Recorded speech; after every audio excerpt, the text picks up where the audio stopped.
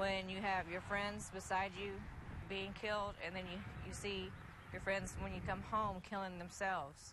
That's when you yourself start thinking of suicide yourself.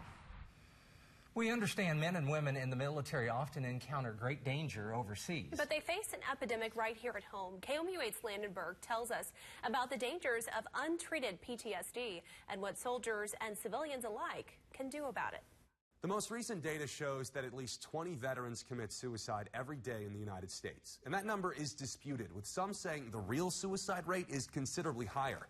I talked to local veterans, military experts, and health professionals, and they all agree veteran PTSD is a major problem, and not nearly enough is being done about it.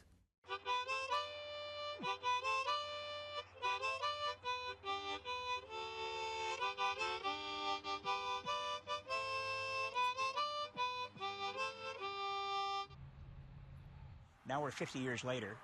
The nightmares are still there. The memories are still there. Things that just they creep into my life uninvited at times. My reaction was, what are you thanking me for?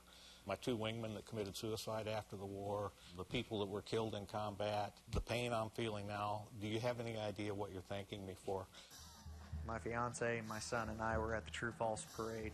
The instruments with the percussion, and I had a serious anxiety attack and actually ended up running almost a block away down into the basement of a parking garage and just sat down in a dark corner, and it's taken its toll on me.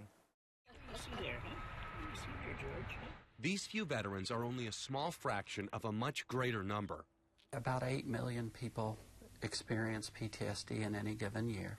PTSD is a diagnosis that any of us could experience given the right situation.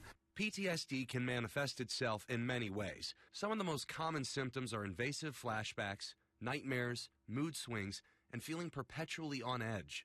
Though anyone can develop PTSD, it's a disease that has become most often associated with veterans due to the nature of war and what it demands of our soldiers.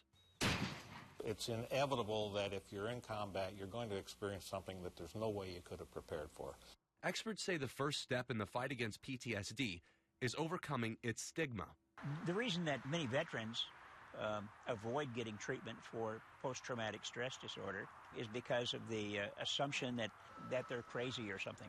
Hammer says the civilian population can help veterans heal if they educate themselves on the true nature of PTSD. Read up a little bit, find out what PTSD and moral injury are, and get to know a veteran in a non-judgmental way. Community support is the single most important element in this struggle. Community involvement is what gets us across the finish line. The other governmental agencies, sure, they get us downfield, but if you want to score, you got to involve the community. For some veterans, that community support makes all the difference. I know veterans truly appreciate your support, because if it wasn't for you, I don't know what have happened.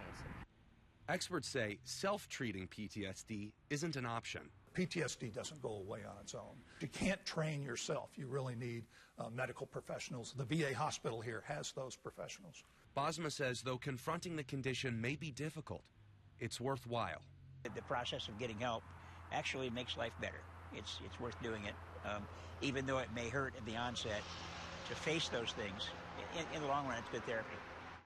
Hammer told me PTSD is going to keep being a problem until the military starts spending as much time teaching soldiers how to live at home as it does teaching them to kill overseas. But in the meantime, veterans need to take action to confront their condition, and civilians need to educate themselves and help break the stigma surrounding mental illness. On our website, KOMU.com, we have a list of local resources available for veterans and more information for how civilians can help soldiers in need. Landon Burke, KOMU 8 News.